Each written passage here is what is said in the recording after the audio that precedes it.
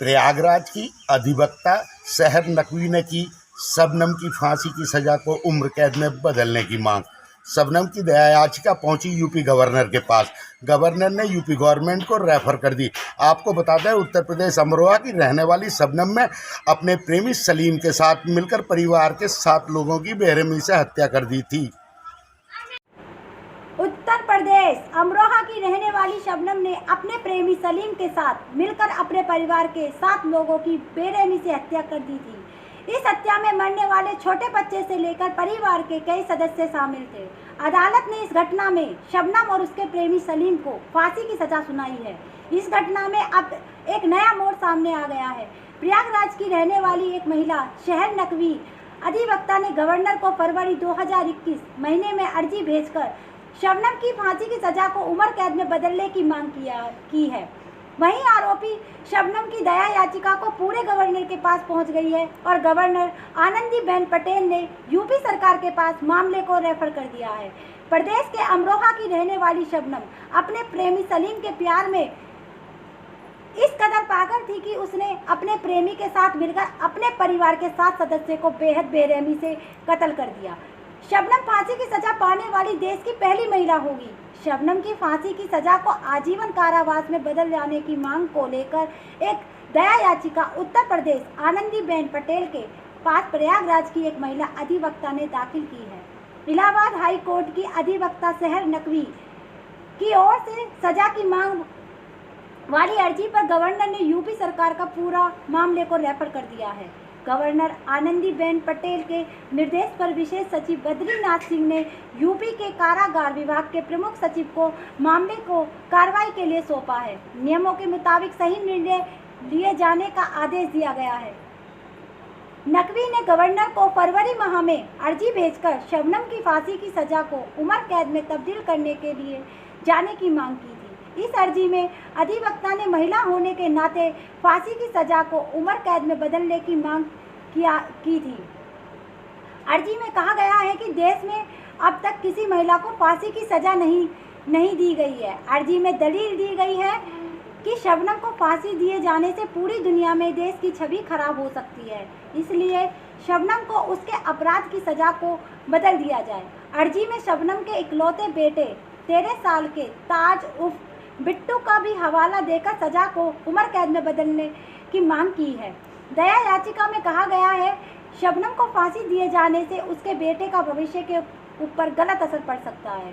अधिवक्ता सहर नकवी के मुताबिक इस दुनिया में बच्चों का कोई अपना नहीं है। मां को फांसी दिए जाने से बच्चे को जीवन भर लोगों की बातें सुननी पड़ेंगी। फांसी की वजह से सामाजिक परिस्थितियों के चलते बच्चे का मानसिक विकास पर बुरा असर पड़ेगा।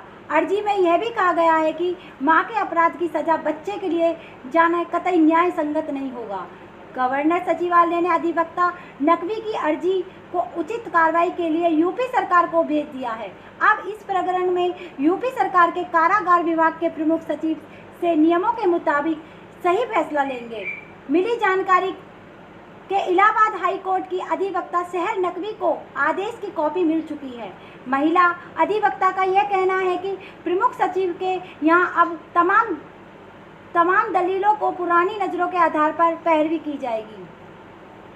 अधिवक्ता के मुताबिक पैरवी मानवीय आधारों पर किया जा रही है, जिसमें कोशिश है कि शबनम और प्रेमी सलीम को माता पिता 2 भाइयों के साथ परिवार के 7 सदस्य की हत्या में दोषी ठहराया है, जिसमें शबनम और प्रेमी सलीम को फांसी की सजा कोर्ट ने सुनाई है। सलीम इस वक्त प्रयागराज के नैनी सेंट्रल जेल में बंद हैं। फांसी की सजा से बचने के लिए शबनम और सलीम के पास बहुत कम रास्ते बचे हैं, क्योंकि राष्ट्रपति ने दया याचिका। देखिए, जब ये मामला बड़ा मेरे संज्ञान में आया, मैंने देखा, न्यूज़ भी देखी, टीवी में भी देखा, तो मुझे ऐसा फील हुआ कि जब हिंदुस्तान के इतिहास में कभी ऐसा नहीं हुआ कि किसी महिला को फांसी हुई हो। तब मैंने माननीय राज्यपाल महोदय को इस पर एक पत्र लिखा। तो मेरे पत्र पे दिनांक 23/2/2021 को मैंने पत्र लिखा, तो उस पर अब जवाब आया मुझे। जब अब जवाब रिसीव हुआ तो रिलीफ था, उसमें अच्छा खासा रिलीफ दे दिया है उन्होंने। प्रमुख सचिव कारागार को उन्होंने डायरेक्शन दे दिया है, इस पर ऑर्डर कर दिया है, उसको डिसाइड करने, विधि के अनुसार उसको डिसाइड करने का आदेश दे दिया है। तो ये एक बड़ा अचीवमेंट था और मुझे बहुत खुशी है कि मैं सक्सेस हो पाई, कामयाब हो पाई किसी लेडीज़ को न्याय दिलाने में। न्याय देखिए, प्रक्रिया ये है कि जब नहीं हुई है आज तक ऐसी चीज़ें, तो होना भी नहीं चाहिए। और फांसी क्या है कि किसी को ज़िंदगी का सवाल है, जान का सवाल है। कहाँ बंद है आखिर? ये बरेली जेल में बंद है। तो क्या तर्क आपने दिया था? उसका एक बच्चा है और क्या है पूरा मामला, किस आधार पर आपने मांग की थी दी? मैंने बच्चे को कहा था कि बच्चा एक तख्ती लेके, मैंने देखा कि ब्लैक बोर्ड में लेके बहुत रो पीट रहा था, और समझदार बच्चा है। अगर ये नादान होता, उसको जानकारी नहीं होती इस चीज़ की, तो हो सकता था वो मैनेज हो जाता। अब वो समझदार हो चुका है, उसे ऐसा लगेगा कि मेरी माँ को फांसी दे दी गई, मुझे न्याय नहीं मिला। अपने भी उसके कुछ राइट्स हैं, कॉन्स्टिट्यूशन ने, इंडियन कॉन्स्टिट्यूशन ने अपने बच्चे को भी कुछ राइट्स दिए हैं। उस राइट्स का मैंने हवाला दिया कि उसके भी अपने अधिकार हैं, और इस अधिकार के तहत उसके साथ ऐसा नहीं होना चाहिए कि उसके मानसिक विकास के कोई बाधा उत्पन्न हो जाए, या उसके ऊपर कोई बुरा इफ़ेक्ट पड़ जाए, उसके दिमाग में कोई गलत भावना आ सकती थी। इसलिए मैंने उसको बेस बनाते हुए न्याय की गुहार लगाई। न्याय जहाँ तक मुझे प्राप्त हो चुका है।